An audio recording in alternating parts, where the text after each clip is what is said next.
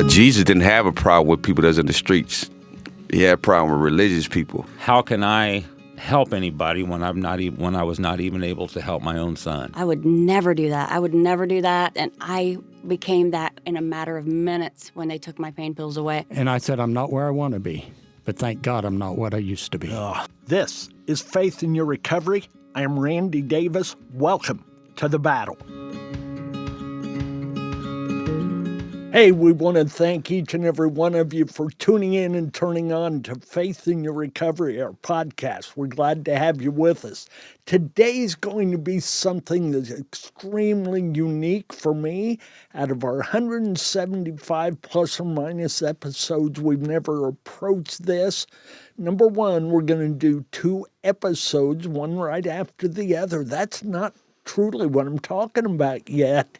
This first episode is going to be Danya. After that, Danya and her husband are going to come together and we're going to do another episode. It's about relationships. That is a piece of property that we haven't walked on yet. That's a journey that we haven't been involved with. So we look forward to getting to share that with you. Just want you to hang on. We'll make the transition in between as quickly as possible. But as I said a moment, we've got Zach's wife. She stands with her own identity, but they claim each other. I know that for a fact.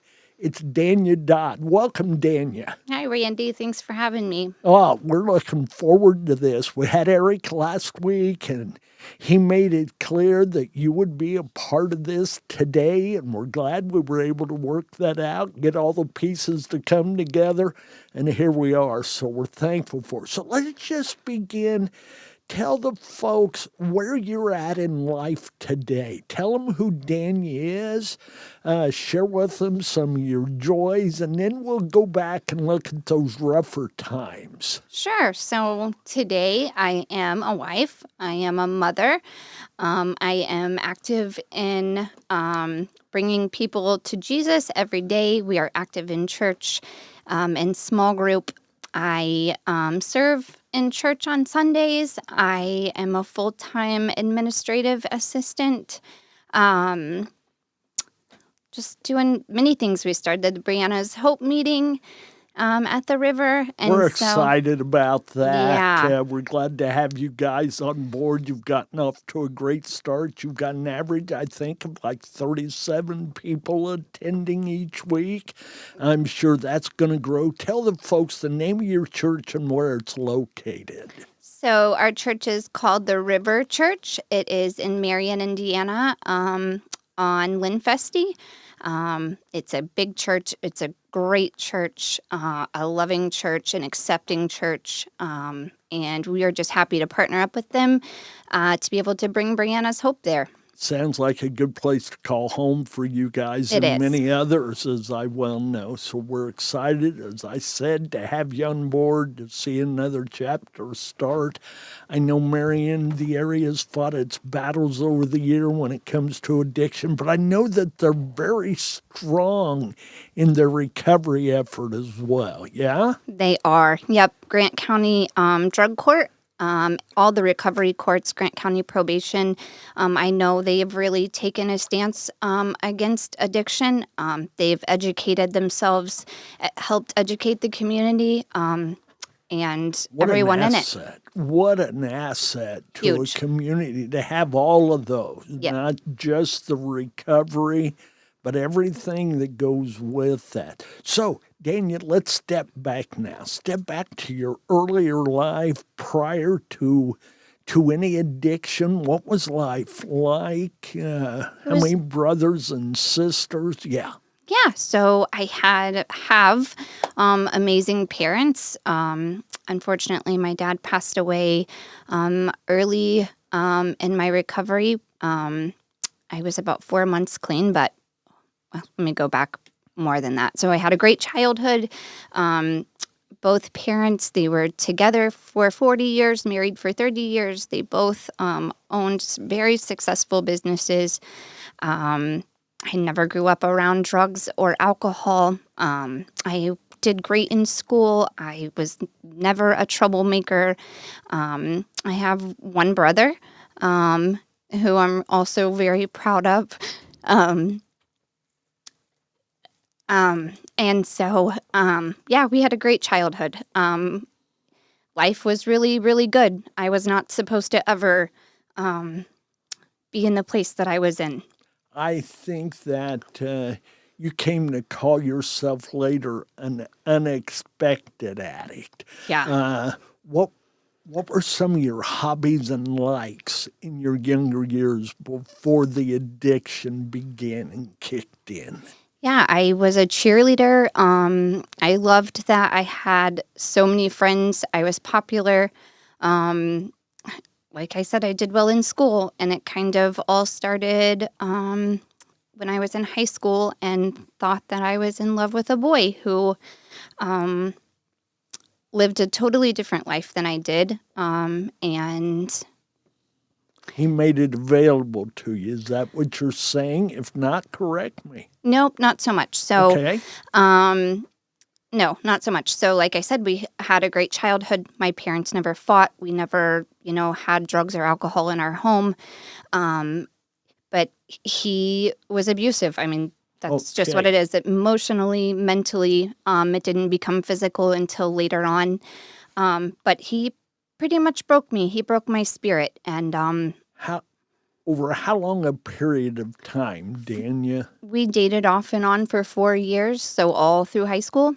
And then Battled that. And then when we broke up, he left me broken in numerous ways. And so I started with pain pills and anxiety medication from doctors. And my addiction just took off from there. When I was growing up, we weren't educated about drugs, right? We were told to just say no. And when I'm told just to say no and not to do something, when I was younger, that just made me want to do it more. But truly, I never knew what addiction looked like. I never knew what drugs could do to someone. I never knew how addiction could affect a person. I didn't know about addiction. I wasn't educated about it. I didn't know that I ever needed to be or what it was. And so Things have changed a great deal since then, yes? Yes, I thank remember goodness. back those days. Our organization, A Better Life, Brianna's Hope, just a little over 10 years, not even 10 and a half, but just a little over 10 years old.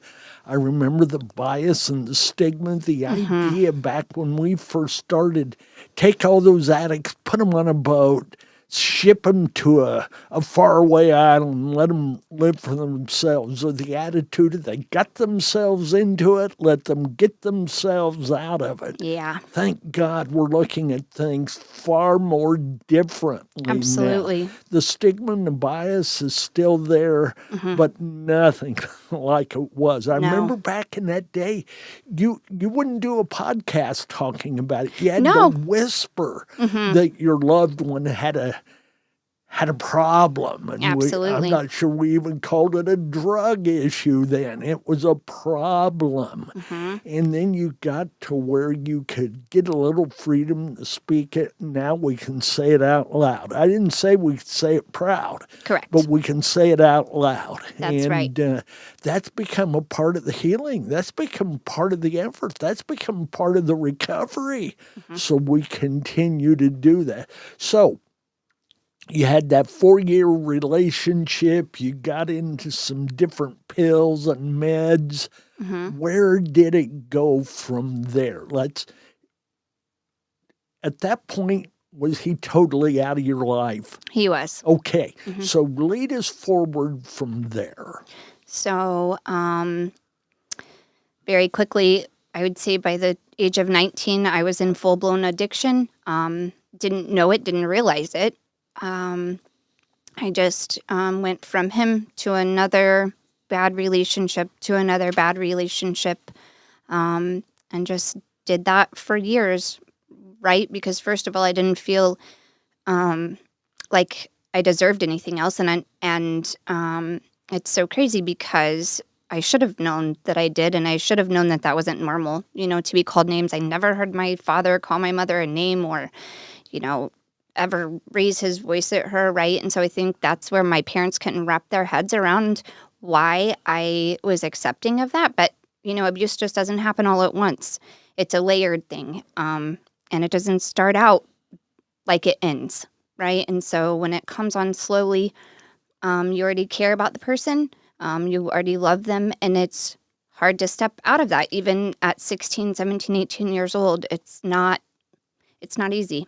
And so by the time I was 19, I would say I was in active addiction. By the time I was 23, I definitely was an addict. What The were first your time I drugs with- of choice at that time? Heroin. Okay.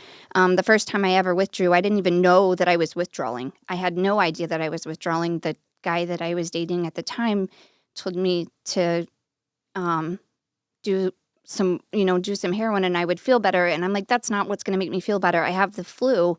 And he was like, no, you're withdrawing. And I had no idea that that's what it even was.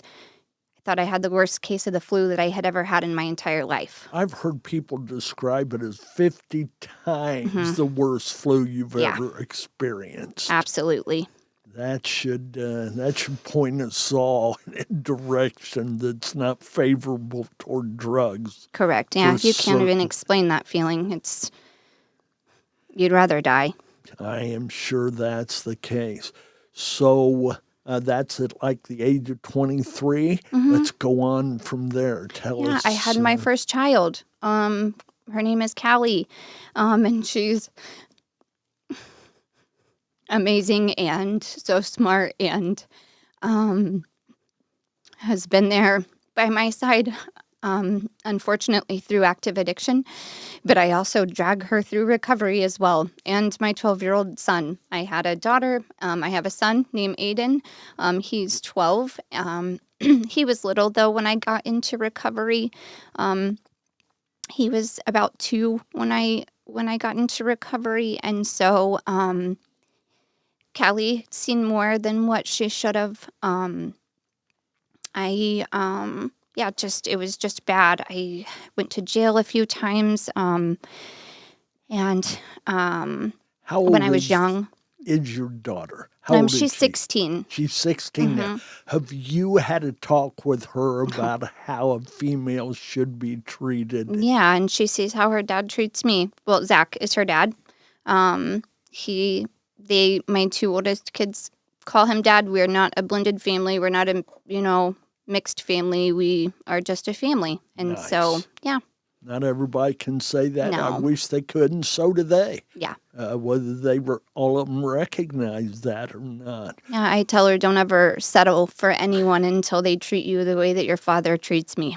Don't ever settle. I Yeah. love that statement. I've used it more than once with individuals, and don't just take it because it's available. Correct. Find Yeah. what is best Yeah. and going to be the healthiest for you. Yeah. So what was the lights on moment that moved you into recovery, Danya? It wasn't me. It was court. I had to, or I was going to go to prison. I had got in trouble a couple of times. I would stop using, finish probation, whatever. I thought that I wasn't an addict because I could stop when I needed to stop, and I, just would pick right back up where I left off. But in 2013, 2014, I got into trouble, and I got into drug court, into Grant County Drug Court. And it's a lot different today than it was back then. You had 3 chances and you're done. Like, that's it. No, nothing else. And I had the best probation officer. I was court-ordered to go to a women's... it wasn't really a recovery home. It was more of a homeless shelter. But at that time in Marion, that was the only thing that there was. It It's called Open Heart Women's Shelter. It's still there. But I had the best house mother ever, Linda Johnson. She also was in recovery, is in recovery still. I still talk to her today. She taught me so much, and she taught me how to live life again with the support of my mother. That was the time that my dad passed away. I lost my father when I was 4 months clean, and then I lost my grandmother 3 months after my dad passed away, and then my other grandmother 6 months later. That's enough to send you back into the hole that you just started climbing out of. Yep, but I had so much support. The whole Grant County Drug Court team came to my father's funeral. They just showered me with love and support and knew what I needed when I didn't. And so Awesome. I just took suggestions and I listened, and I wanted recovery more than I had ever wanted anything in my entire life. When did you start to feel that sense of I am worthy, that self-value, that belief in yourself that not only I can, I will, I deserve this, etc.? I started to feel that when I could start living life without the use of drugs. It came little by little. It wasn't an overnight thing. I had to do lots of therapy, lots of counseling, lots of work on myself. And then little by little, I felt like I deserved it. I stopped using because they told me that I had to, right? But then I bought into the idea of recovery. I bought into the idea that, okay, I can do this You with chose support. to, beyond being forced, basically. Yeah, You chose to participate, to I did. involve yourself. I did. I did. I did. I got out of rehab then, and I was hungry. I was hungry for recovery and a different life, and to give my kids a different life. I was just done at that point. And listened to everything that people who knew more than me were willing to tell me. And so, again, when I went to my first NA meeting then in 2014, there were 2 people at that NA meeting. And so I started bringing people, and I started making people come to NA that was in drug court. And by the time that I graduated drug court, that meeting was so big that we had to have it outside. And that was amazing. Nice problem. Yeah. Nice problem for sure. Yeah.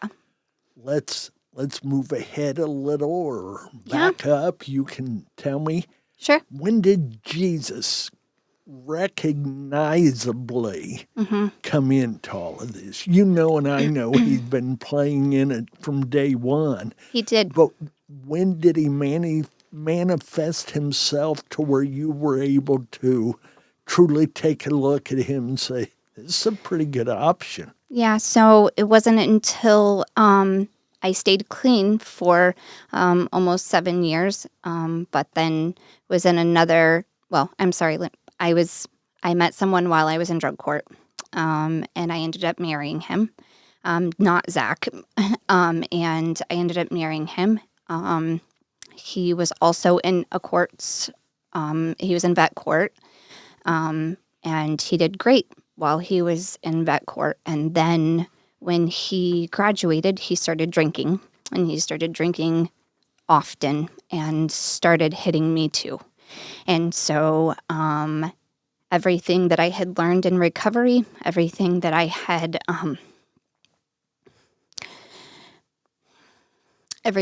learned in recovery went out the window. And so I moved me and my kids back to me.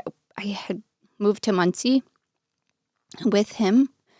And so he hit me a good 2 or 3 or 4 times on different occasions. And the last time that he did, I packed. Well, I didn't pack. I told him that me and the kids were going to a karate lesson.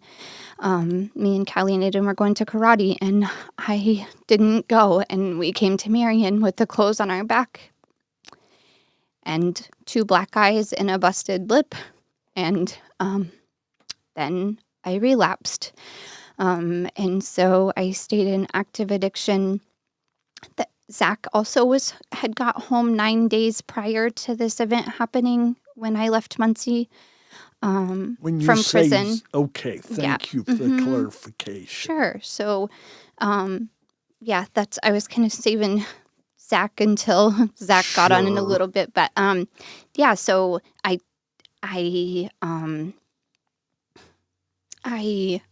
Zach had came home, and we had came to Marion, and he had been home for 9 days, so it didn't take him but probably 24 hours to, have drugs and money and everything that we needed to be able to survive, I guess. Not survive, don't even know what I would call it, but, yeah, just getting through the day, I guess. And so pretty immediately I got pregnant. When I moved back from Marion, I immediately got a divorce. Went and packed all my things up in Muncie a few weeks later, and brought it back to Marion, and quickly got divorced. And then Zach and me and Aiden and Callie were together. And starting out, it was a terrible situation that Zach and I were in. And we got pregnant with our daughter, Lakin. And so when I got pregnant, we stopped using so that she wouldn't be taken from us. And then, yeah, so that was that. But then they did get taken later on. I don't know if you want me to save all that for when Zach is on. Go but ahead he kind and of share it now, okay. and Okay. later we can repeat some of this. Okay. It'll be Yeah.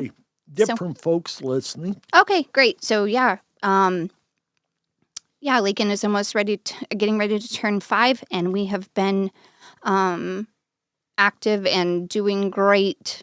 When they had got taken in 2020, and ever since then we found recovery, we found Jesus, we got invited to go to the river, and that was it. That's all it took. So how long were the kids gone? How long were they taken from you? So they were gone the minimum time that they could be gone. I can't remember exactly how long, but that was really hard. Zach was in jail. The kids were all in foster care except for the baby. She was with Zach's sister, but there was a no contact order on the kids. We couldn't talk to them. I could only see them for 1 hour, 1 day a week, with supervision while Zach was in jail. And that was very hard. It was very hard, but it was what it took, right? It made us hit rock bottom.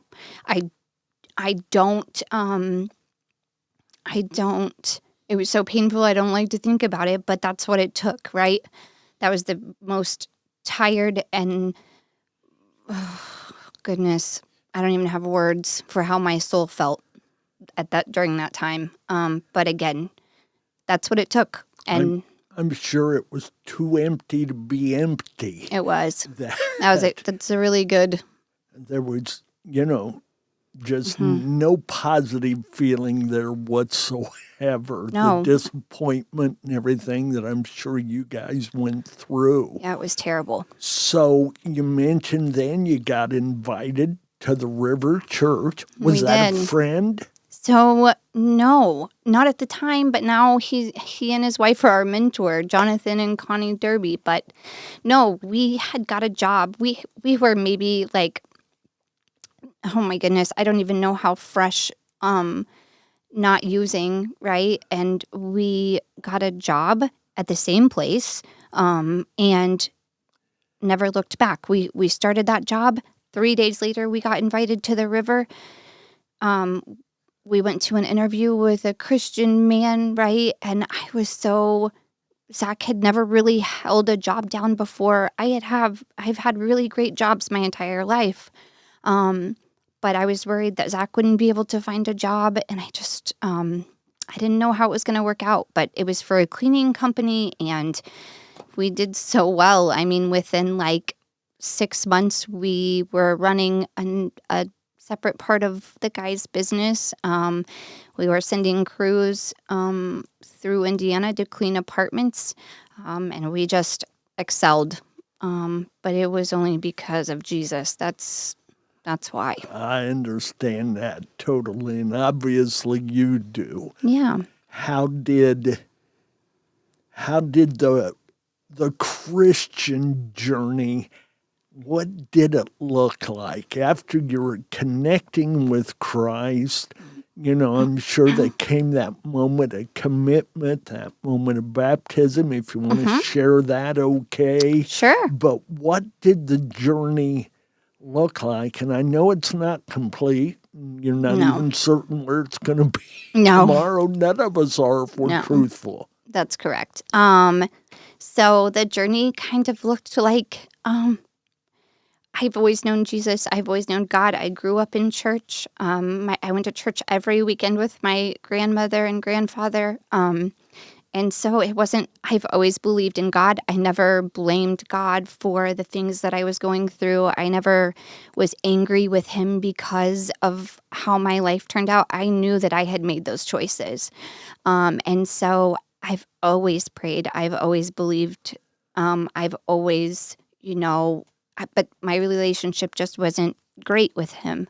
And so when we got invited to the river, when we walked in, I don't know what it was like for Zach, but I know what it was like for me. I was scared walking in because it's such a big church.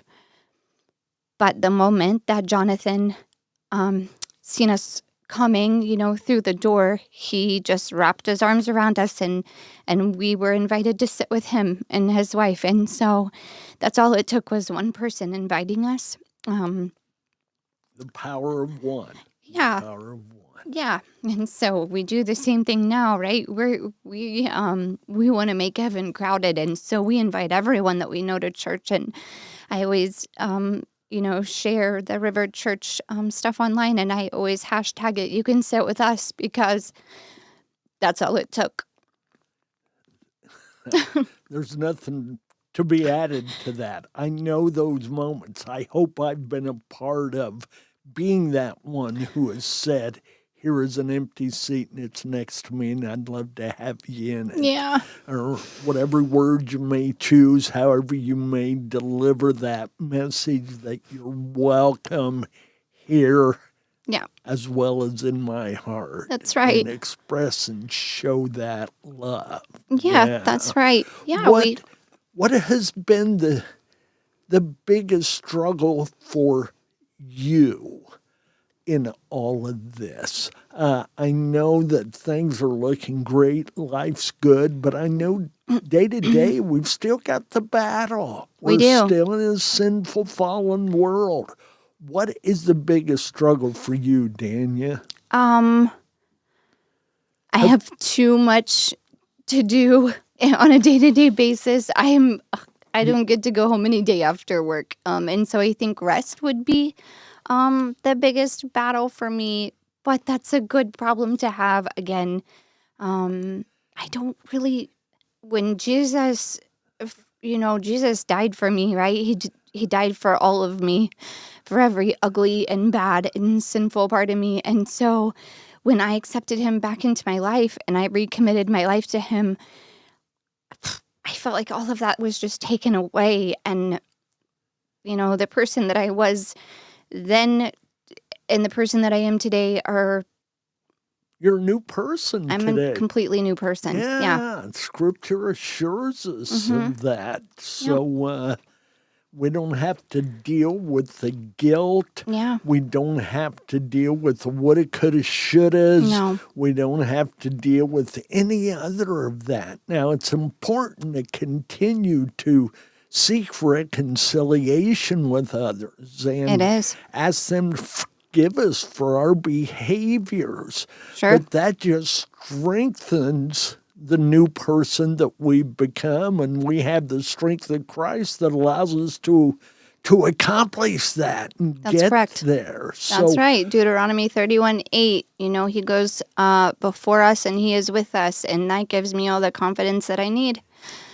Goes before us and he is with us. Yep. And that's a great statement for this season. Yeah, it is. As it is. It fits so well. What are future dreams, hopes, plans for you, Danya? I know you want to be in God's will with all of it. I understand that. Sure. But give us some of your... I'm doing great work with Lotus House. So it is a new organization in Marion. It's a year old, maybe. An amazing woman named Riley owns it. And she has very quickly became one of my dear friends. I do peer support work there. I volunteer all the time. I'm reachable for the girls all day, every day. I love them all so much, and they're just... Who are the folks they deal with? They are brand new, right? Okay. Riley is a therapist, and she did some volunteer work through Hope House and fell in love with the idea of women in recovery. And she's seen a need for it, right? And so she bought a house came up for sale 2 doors down from her, and she bought it and just trusted that that's exactly what she was meant to do. And so she opened it, and I was teaching mindfulness classes at Waypoint in Wabash, and so that's how I met her. And through another really great person, Dennis Allen, he was my therapist for years and years. He was my therapist all through drug court, and he's my friend today. And he's another huge person in my recovery, that has been in my recovery that I don't know where I'd be today without him. But I met Riley through him, and Riley and I just immediately were connected at the hip. And so I had graduated my peer support classes at that time. And so I teach the girls every Monday night. I am there. I'm there for every birthday party, every celebration, every anything. And they make it easy. Residential? It's residential. Yep, it's a 12-month program. Okay. Most of our girls are in recovery courts. How many, when you say girls, what is the census? Okay, so we have 8 women. I shouldn't say girls, I guess. 8 women. No, I'm sorry, 7 women. We just got our back garage zoned for 4 more beds. So we are remodeling that and turning that into a small apartment with it'll have a kitchen and a bathroom and 4 more beds, brand new. So we're super excited to be able to bring 4 more women to Lotus. So the 7 you say that are at Lotus now, is that maximum That's at max. this point? It is, okay. yes. It is. Yep. So Riley and I both are on of the agreement and the mindset that, being able to help a smaller group of women and give them more individualized attention is where our hearts are at. Instead of trying to help 30 women at once and not being able to give them everything that they need. Gotcha. We want to be there, for everything that they need. And so, or to point them in the right direction. Alongside them in a very intense way. Exactly. Okay. Yep. What would you say is the strength of Lotus House? The strength. We love them before they're even coming through the door, right where they're at. And I think that's what it takes, right? So I don't care if they've ever had known recovery at all, and neither does Riley, right? We love them for right where they're at, and start. We meet them where they are. And so I think that's the difference. We don't expect anything from them when they get there. That, I believe, has been the strength of our organization, A Better Life Brand is Hope. Yeah. We accept you raw, real, and sloppy. Yep, that's right. That's as near to being like Christ as I think we can be. He doesn't ask you to clean up before you show up. And that's the way that, you walk through the door We're not a residential program. We're several chapters throughout the state of Indiana, but you walk through the door for a support meeting. We want it to be home for that evening and for you to think about us when you walk away. That's right. And I've had so many people tell me over the years, if you'd kicked me out when I came here high or drunk or whatever, there's no way I'd be in recovery today. I'd That's be right. dead. That's right. So, we have our boundaries with things. That's simply not where we're going to sell you short because we're there because of your problem. That's right. It's what brings us together. Yeah, yeah. So that's a big part of it. Where do you see yourself in the future as far as helping, ministering, serving others? And go ahead and give us advice of what we, as quote, those who are not in recovery efforts, what we can do to help. Okay, so my plans for the future are just be obedient. I don't know what doors God is going to open, right? Brianna's hope found Zach and I. We just don't know. We don't know, and I just hope that I'm available and have an open mind and can help in any way possible in the future. We'll listen. Mm-hmm. Yes, yeah, exactly. I don't know what the future holds, but I'm excited for it.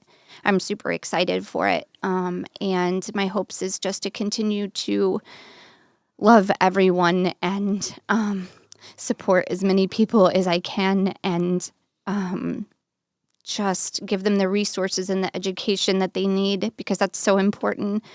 You ask what people who have never been in active addiction can do, right? Educate yourself. Understand that people don't do drugs because they have the answers. They don't have the answers or they wouldn't be doing drugs, right? Love them. There are hard boundaries that you have to maintain, hard lines that you need to draw in the sand, but draw them. You have to, or Yeah. you're getting into enabling. That's right. And that's not going to help anyone. No. One of our chapters, I just met with him a little while back, and a guy reminded me of an answer I'd given him back when they first started talking about opening as a chapter. He made the comment that he didn't have any experience, so what did he have to offer? And he said that I just looked him in the eyes and said, can you love them? That's right. And isn't that where it all starts for any of us? It is. You've shared with us the beat downs, and I don't mean just the physical part, but what it does to the spirit. Yeah. And when we say no to people, and it's not a necessary no, we're just taking something from them that they needed. That's right. As you said, we've got to draw lines in the sand. Yeah. For our good, and even more so for their good. Absolutely. But bend over and draw that line. Let them see what it looks like. Tell them what lies on both sides. And be open and give opportunities for all of that. Right, because that is loving them. Yeah. And that's, there are those of us who haven't experienced an unselfish love. No. It's been love with conditions and expectations that were not real and not healthy. So, Right. Danny, before we get ready to kind of flip-flop here into our next part of this episode, is there anything you want to close this segment out with? If you're struggling, there's one phone call away. If you need a church to go to, please reach out to me. You can find me on Facebook, Danya Dodd on Facebook.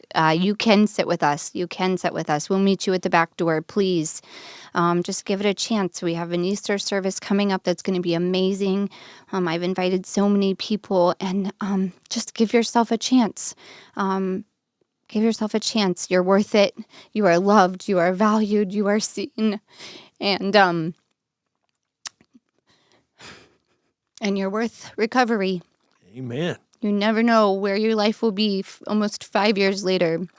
And you never know the lives you'll be able to touch That's through right. your recovery, because I'm guessing you never dreamed of a moment like this.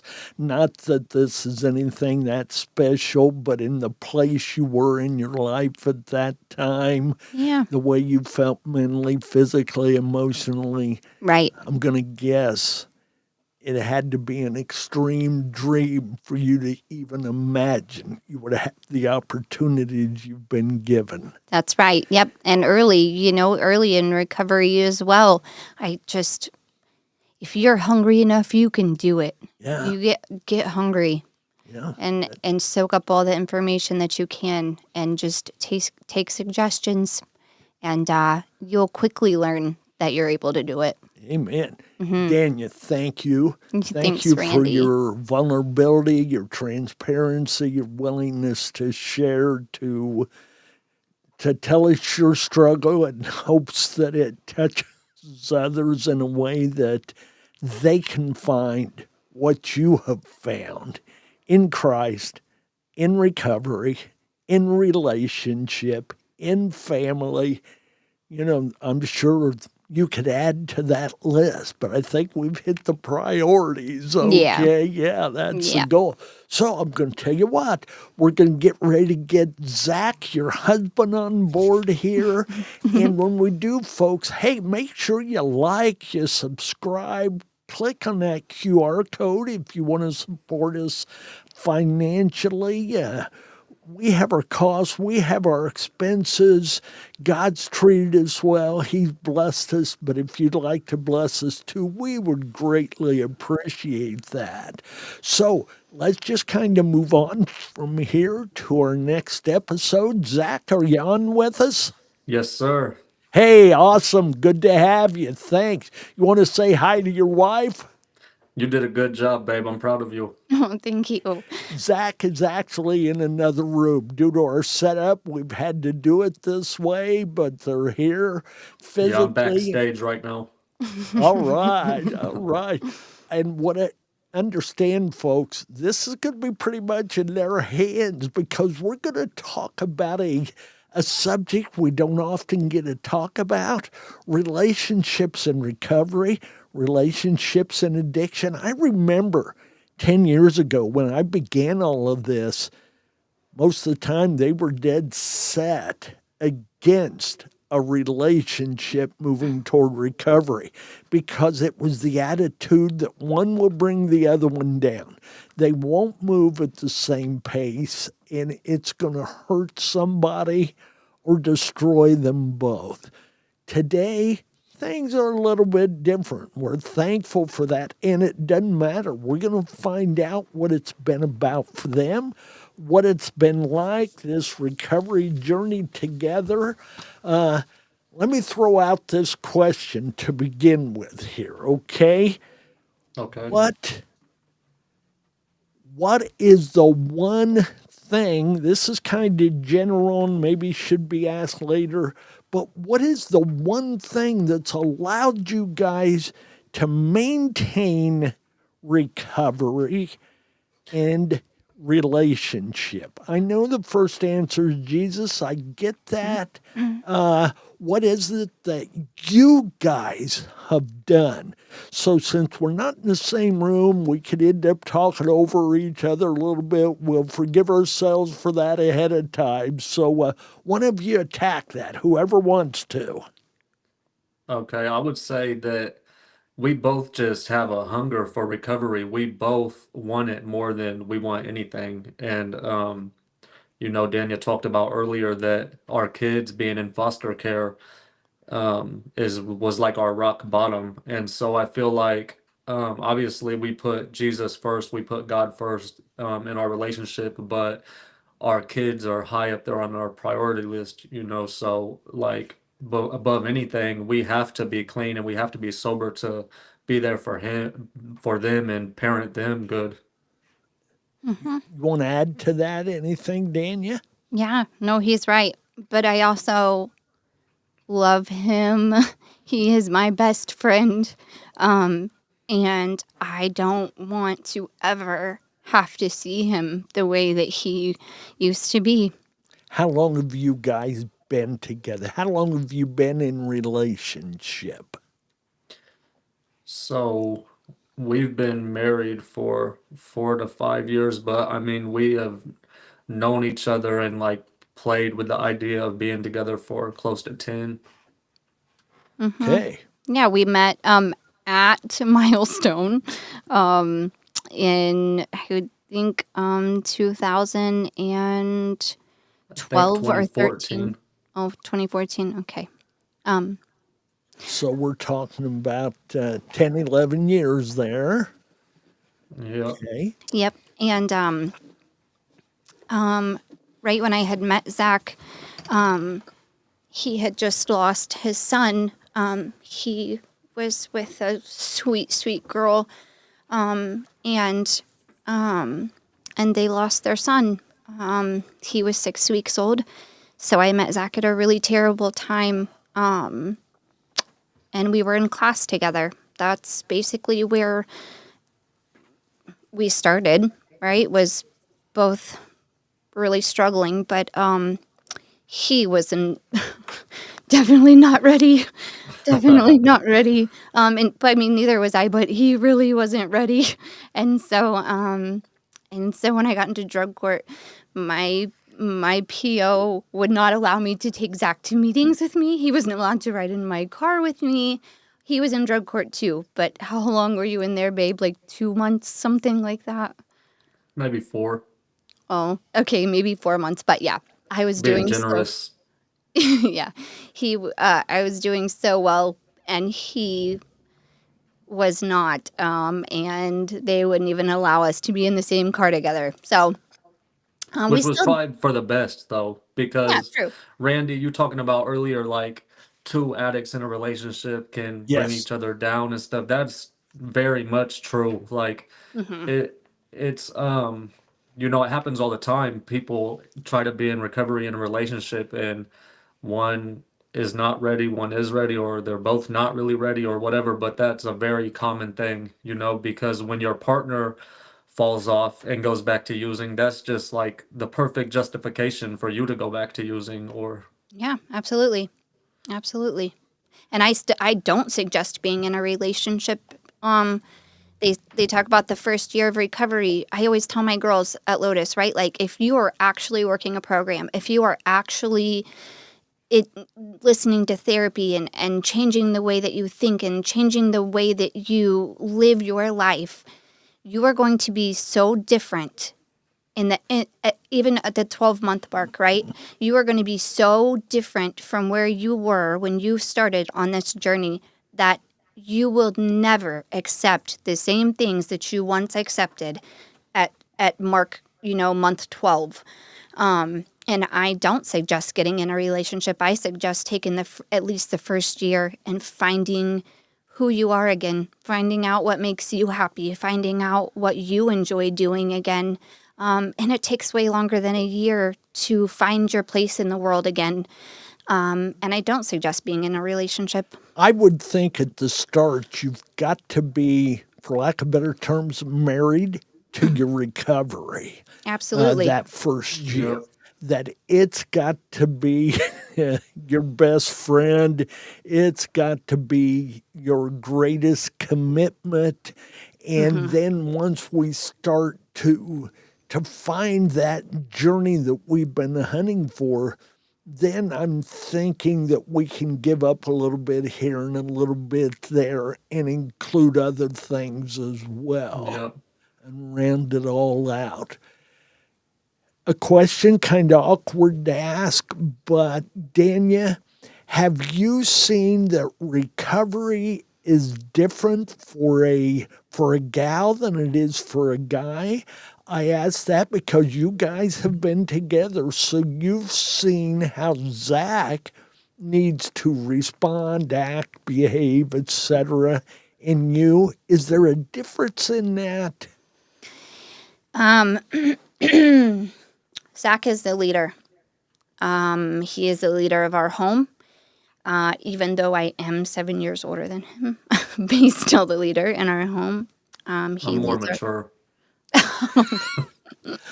He leads our family day to day, and so I even though I had more recovery under my belt than what Zach did, he also listened to me, but he was really the leader in getting us back into church and forming my relationship with Jesus again, or not forcing it, but encouraging it. But yes, there's a huge difference between men and women in recovery. I see it every day. Women have, how can I say this without upsetting women? I'm just going to say it. So women are able to live off of men a lot, right? And so when women get into recovery, they're not, a lot of them aren't used to working. I'm not going to say all, a lot are not used to working. They're not, we depend on men a lot is what I want to say. We depend on men. We depend on men for rides, for money, for lots of things. Women have so much harder of a time finding employment, having vehicles in recovery. Riley and I talk about that often. There's a lot of difference between men and women, even fighting the same battle. There's a lot of difference. Zach, give us your thoughts on all that, please. Yeah, I feel like I can agree with what Danya's saying. It is a lot different, but I feel like especially for me and like other men that's been in my situation, like I was institutionalized, so my thought process and the way that I react to certain things, is a lot different. So I feel like coming to the point where you're able to like love others and be kind and kind of let your guard down a little bit, I think was hard for me, and is hard for some of the men that come from that situation. You Yeah. were forced to live a hard life. You couldn't show a soft side during those times. And I'm Right. going to guess that almost makes all of that calloused over a period of time. And you got Yep. to break through that in order to get back to the it's okay to be soft side. Yep. So I'm sure there are many changes. What have been some of the negative dynamics of trying to journey through recovery together? I feel like, we've had to show each other a lot of grace because Mhm. we was best friends before we were married and together, but the I knew Danya when she was clean, but Danya had never known me clean, so I guess I was the one that really needs shown some grace. But it was just a learning curve. Like we already knew each other so well, but it was kind of like relearning each other. I mean, the foundation is there, but we're learning each other sober. And somebody that's Yeah. clean and somebody that's unclean, is two different people. And so we've just had to show each other a lot of grace. I Zach was always worried that I wouldn't like him clean. He asked me numerous times, like, are you going to like the person that I am when I'm totally different, when we do have a different life? Because we would talk about it, while we were using, like, he was so attracted to me while I was clean because I was doing the right thing, and he's seen what I was doing every day, right? And so he was attracted to that. But I, on the other hand, have always been attracted to bad boys, I would say. That's so embarrassing to say, but it's true. It's true, well, because it's the total opposite of what I was, right? It was exciting. It was fun. It was. what you've shared with us points to that. Okay, and I say that kindly, It's but true. what you've told us, yeah. Yeah, it's true. And just even the way that my husband looks, I found it exciting, like, and all the things, right? But that was one thing he worried about, was if I would like him. I remember early on in our meetings, there was a couple coming to a meeting, and I'll never forget her standing up one time and confessing that before they got married, they were both using. They had been married like 3 or 4 or 5 years. I don't remember. They had never known each other sober and clean. Yeah. And they didn't know how that was going to play out when they got to that point. Mm-hmm. Happily, I can assure you they're still together today and Aw. they're doing well. So it That's can awesome. happen. That's That's amazing. for sure. I knew that I would love him clean and doing the right thing. That was the older that I've got. That's more attractive to me, right? Him being a hard worker and providing for our family and learning things like that he's never done before. Learning how to fix our house and learning how to run water lines in our house, right? Like that. Those are the things that are attractive, that he's willing to get his hair dirty today, because when I first met him, that was not something that he was willing to do. I'm But only halfway willing now. I, I'd like the opportunity to get my hair dirty. All right, whatever. But so, what are some of the misconceptions that you guys have had to deal with as a couple? Expectations from other folks that truly haven't been real. I mean, I could guess people that's known us in the past when I was selling dope and didn't move around without guns on me and robbing and whatever it may be. And Danya right there with me. I feel like people for a long time expected that of us. So when we was first starting to get clean, people would reach out and still be trying to deal with me in that way, or they would feel like that we was just trying to get out of trouble and we didn't really want to be clean and we would go back to that life, or just those type of things, or stereotypical things like people following me around the gas station. It's only 4 aisles thinking I'm stealing, or things like that. You want to add yeah, that anything? really upsets me when that happens, because my husband would never steal, right? And looking at him, I guess people think and assume that he would, and Just not the way it is. no, We no. form those opinions, and It's hard. It hurts me. He says, that it doesn't affect him. Well, it darn sure affects me. It really upsets me when somebody looks at him or stares at him and gives him a dirty look because of the way that he looks. And it's happened so many times. He invited someone to, babe, remember when you invited the guy at the gas station to something for church, and he threw that paper at you at the gas station and was like, I don't want what you're selling. And you're like, no, sir, I'm not trying to sell you anything. I was just inviting you to church. And things like that happen all the time. Or people will just dismiss him because of the way that he looks. And my husband is the most gentle, most kindest, sweetest human being that you could ever meet in your entire life. And the old adage of don't judge a book by its cover. Yeah. The old adage in the scriptures that man looks on the outer person, God looks on the inner. You're talking about Zach in both ways there. Mm-hmm. You see how people form that opinion, and I do. then you know that it's extremely wrong because you know who he is and what he's about. Yeah, I've always known who he is. When we met 10 years ago, I always knew the kind, sweet human being that he was, but no one else knew him. I knew that he could be the man that he is today.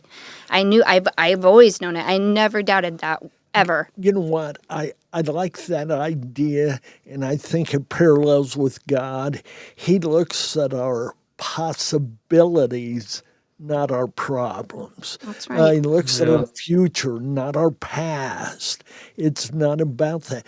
Do you guys very often reflect on the people you were 15 years ago? Do you guys sit and talk about that much? Or is that just kind of, we're new and that's behind us? We don't talk about it a lot, but I mean, we have, or certain things, we'll remember certain things, or talk about certain memories, but it's almost, to me, I don't know how it is for Danya, but for me, it's almost like when I look back at those memories, it's almost like a movie because I'm so Yeah. far separated from who I was then Yeah. that it's like for me to think it was me that was the one doing those things, it doesn't make sense, you know what I mean? So it's almost like looking back at a whole nother life. I like that idea of it being like a movie. Several people that have been in your seats here for the interview have referred to their former life that way. It's so Yeah. distant So now different. Yeah. that they don't even feel much of the emotion or that connection when it is brought up or when it is talked about. What's the advice that the two of you would give to somebody who's going in to recovery and a relationship?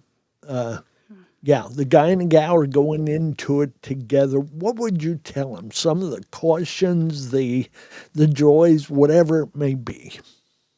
I would say, that it takes a lot of hard work and not just hard work on the relationship. In the beginning to show each other grace and allow your partner to work on their self while you work on on yourself, because that's what is going to make the relationship great. If you allow each other to Space. relearn yourself Yeah. and work on yourself to be better for your partner.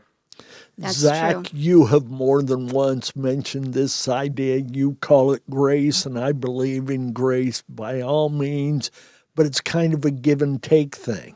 Yeah, Give me a little space to where I can work on mine, and I'll give you the grace to give you space to for work on sure. yours. You Absolutely. can't do it for each other, No. Nope. obviously. No, definitely not. We live recovery together, but also separately, right? On Mondays, he knows that the Lotus House is where I'm going, no matter what, right? Monday evenings, like he knows that, and he gives me the space to be able to do that. Doesn't get upset when my phone rings at 10 p.m. at night if someone needs something. He doesn't get upset if it doesn't matter who reaches out to me, and if they're looking for help, it doesn't matter who it is. He'll be right there to help them as well, and so I find that that's really empowering. We I It's smile so as you easy. share that, Danya, because I've been in ministry over 40 years. My wife, you could not ask for somebody more supportive. Yeah. And supportive in the respect that when it was active pulpit/church ministry, if the phone rang at 2 a.m. because somebody was in an accident or Yeah. whatever the case may have been, she had my clothes out before I could get off the phone. Yeah. And, no questions asked, go be safe, love you, bye. Yeah, And, that's exactly it. No questions asked. I Yeah. trust Zachary with my life, right? And I truly mean that. Life is so good with him. With Amen. you, Zachary, I love you so much, and you are my best friend, and I will always support you in what you need. And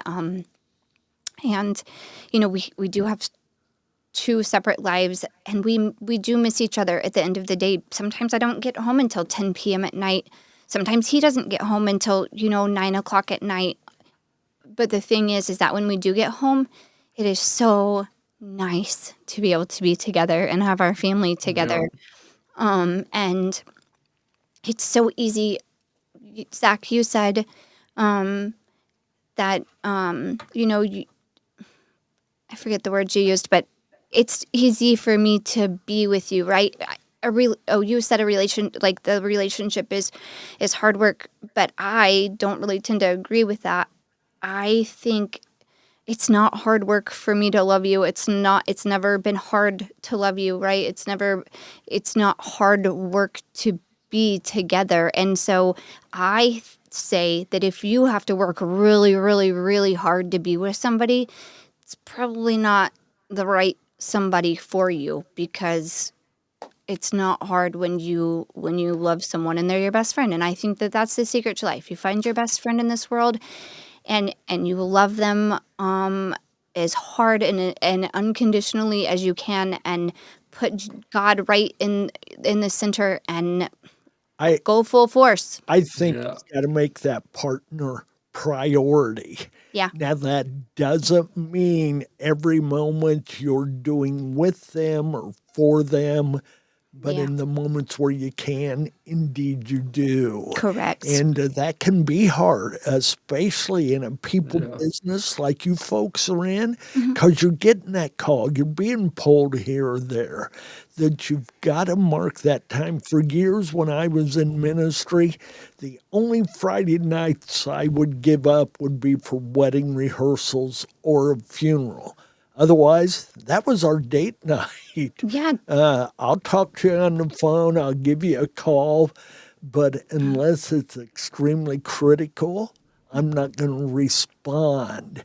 And folks knew that, and my wife knew that if I was going, there was a reason I was going. Sure. But we gave ourselves that time. That was hard to do, Yeah. make that choice at times. Yeah, and we still have really little girls too, right? And Ex- so much of our time is on them when we're not. So That's yeah, a different game in and of itself when It is. kids are involved, Yeah, it okay? is. Yeah. I So, kind of I want to go back to where you was talking about hard work. I feel like our relationship is really very easy, because I love you with let all her my say that. heart. And are you threatening me? I Um, think that's called a but threat. I think so too, Randy. Um, I'm gonna show you some grace on that. All Okay. right. But so what I think what I meant was the recovery together is gonna be hard work, because Yeah. there's gonna be days that that one of the one half of the couple is triggered by something, and maybe the other partner isn't, and it's back and forth with that. So it's going to be hard work to navigate that relationship. Like, if I feel like we didn't run into that a lot. I feel like We didn't. we have different triggers, but we have a lot of the same triggers. And we just was open and honest with each other and talked about them so that we could know how to deal with them and how to avoid them. But that is a really big part of that hard work in a relationship, a recovery relationship, because you have to understand and know that about each other. And maybe something that one person does is a trigger to their partner. Or if both partners are not strong, one has to be strong when the other one's weak to kind of make Yes. up for that. So I think that's kind of what I meant about the hard work, Yeah, not and I agree with necessarily that. about the relationship, but about the recovery together. And, Yeah. and Zach, as I've stated before, I don't come from an addiction background, and my wife and I, over the 53 years, have had that same struggle. There are Yeah. things that trigger my anger or frustration or Yep. blood pressure or whatever, and it's a job sometimes to hold on to it, to become accountable for it, to deal with it instead of taking it out with an Yep. apathetic attitude or something else. What I think I've kind of reached the end of my questions here. I told you guys earlier I was going to count on you. What else Yeah. do you want to share? I'm sure you guys have talked a little bit about this over the years and recently since we made this commitment. What else do you want to share? Do you think folks need to know about recovery during relationship? Well, I know that I can speak for any relationship, not even just a recovery relationship, but God, Jesus has to be at the center of it. That's where your foundation has to be. If you biblically love each other and hold those values for each other, your relationship is going to succeed. So And that's there's where your scripture foundation that has to talks be. about when he's priority, everything else falls into order. Yep. Yeah. Yeah. Like Jesus talks about, building your foundation on the rock. God, Jesus has to be that rock in your relationship. Yeah. Absolutely. And I think that's why it has been so easy for us, Zach, honestly, and having a successful marriage and being successful in recovery, because from the very start, you put Jesus in it, right? When you're listening to all of those podcasts and the whole, right, and calling me and telling me all about elevation worship and elevation church and I was and preaching to you on the jail phone. yeah, he was. Yes, that's true. I paid a lot of money for for him to preach to me constantly. But I needed it, right? But it was kind of stirring something up in me then, and I hoped that it wasn't just all talk. It wasn't. He It's came home and obvious it to showed. me, I can assure you Yeah. that. You guys wouldn't be where you're at Uh-uh. today if it was just lip service. That's Yep. right. Yeah, it definitely. Like I said earlier, he's the man, and he led our family to Jesus, and again, we dedicated our girls together. We had them together. We obviously dedicated them together in the church. We dedicated our lives to each other, to loving Jesus, to being active in recovery, to support each other's needs and desires, right? And I support him in all of his dreams and goals and aspirations, and some of them have to do with recovery and some of them don't, right? Because at the end of the day, yeah, we are in recovery, but now we're like just two regular people. That's not all No, you are. No. Your life is So not much more than that. defined by addiction or recovery. Thank No. God you're, on that journey. yeah, But that still doesn't define who Danya No. is, who Zach is, or who you guys are together. that's correct. That's I would. certainly a part of it. That's right. The biggest advice that I have is love yourself first. Build a solid foundation for yourself. Know what you want in this life. Stop at nothing to get it. And whoever can support you in doing that, then maybe they can join you at the table, right? But if you're getting into recovery, and it is true, you do need to be selfish. Yeah, it feels good early in recovery to have, you're starting to look good again. You're starting to feel good again, right? And I think that I've seen it so many times that that people start looking good, they start feeling good. People are starting to be attracted to them again. They get in this relationship, that is purely sexual, and that's like the basis of it. That's the foundation of it. They tell you everything you want to hear, right? It's like the same song and dance, and then they leave you again. And so what do you have when that person leaves? That's just traumatizing yourself all over again, right? It's just all the things that you've just worked for. It's like building yourself up only to knock yourself back down. And that's not, you have to learn to love yourself more than that. And I think that was the biggest thing when I was single, and wanting to be in a relationship. I had to learn to love myself first. And thank goodness I did learn to love myself prior to, Zach and I finally being able to be together. I was still broken. You but saw the value that you possess, that Exactly. God had put in you from day one. That's right. And so you wanted that respected, and you Right. Yeah. And I wanted to be that. you deserve that. Anybody and everybody does. Yeah. So what are a couple of cautions that you would give to folks?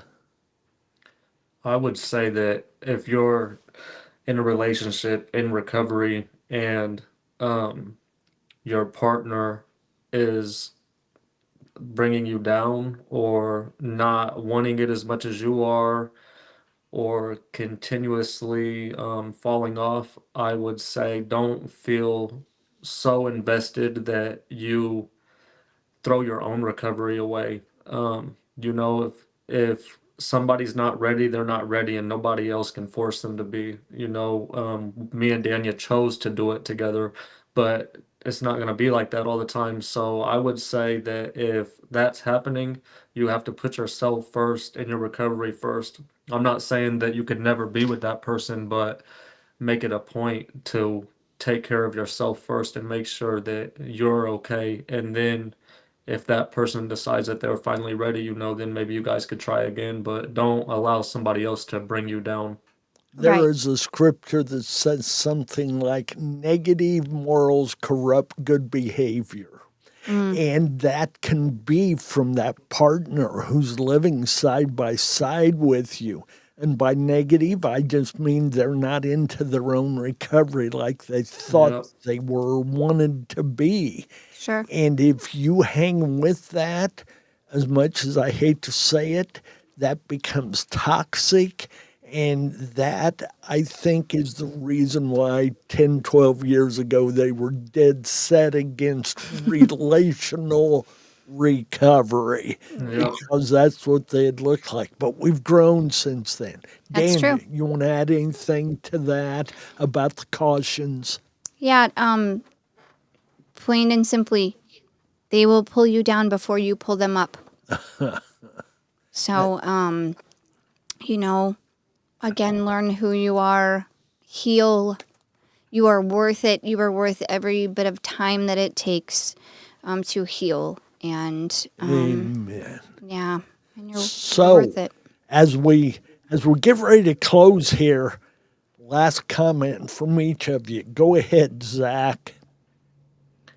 Okay. Yeah, I would just like to say, like I said earlier, put your recovery first. For me, in my recovery, one of the hardest parts was breaking off those relationships because, I made good friends, in all reality, good friends and loyal friends, gang banging and selling drugs and all this stuff. We struggled together and we was in the trenches together, and we was bound by loyalty, but I still have love for those people, but I just had to learn that it's okay for me to love them from a distance, Amen. and that's what it takes for you to recover. And if that person doesn't accept that, then they don't truly love you, because if they do and they're your true friend, they're Exactly. going to want to see you better yourself and want to see you upgrade, and do better. That's right. Exactly. Danya, final words?